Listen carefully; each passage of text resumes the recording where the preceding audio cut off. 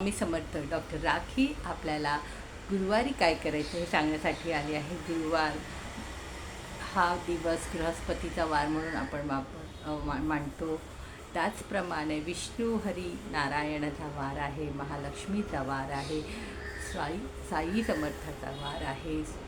अशा या गुरुच्या दिवशी आपल्याला पिवळ्या वस्तूचे दान करणे, हळद असलेल्या जलाने स्नान करणे, हळद असलेले जल पिंपळाच्या झाडाला अर्पण करणे, केळीच्या झाडाला अर्पण करणे आणि तुमच्याकडे कडुलिंबाचं झाड असेल तर तिथेही अर्पण करणे. आज केळीच्या झाडाचं महत्त्व असतं, पिंपळाच्या झाडाचं महत्त्व असतं. त्याच्यामुळे केळी दान करा, केळी खाऊ नका. पिवळी फुलं, पिवळा प्रसाद, पिवळी फळं, पिवळं पेय असं तुम्ही आज दानामध्ये द्या, ज्याच्याने तुम्हाला गुरु बृहस्पती देवाचा तुम्हाला जास्त प्रभाव पडेल, त्या ग्रहाचा चांगला प्रभाव पडेल. कारण आपल्याकडे आता 8 वर्ष हा ग्रह सगळ्याच राशींमधून सारखा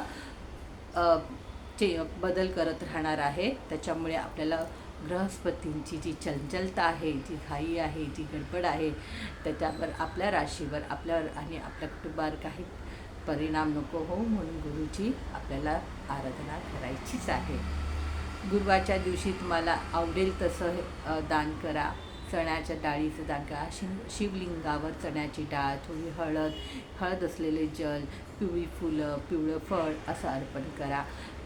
चणे गुळाचा सुद्धा प्रसाद चांगला आहे आजच्या दिवशी, व तोही तुम्ही अर्पण करू शकता आणि लोकांना वाटू शकता.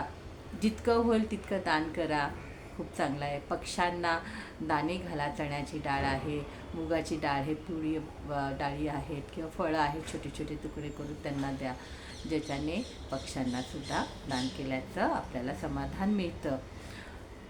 गव्हाचं पीठ आणि थोडी साखर घालून तुम्ही आणि त्याच्यात थोडंसं चण्याचं पीठ घालून तुम्ही मुंग्यांना आणि मुंगळ्यांनासुद्धा अन्न देऊ शकता. तर अशा प्रकारे आजचा गुरुवार तुम्ही साजरा करा. स्वामींच्या मठात जा, साईंच्या मंदिरात जा आणि विष्णू महालक्ष्मीच्याही देवळात जा. श्री स्वामी समर्थ.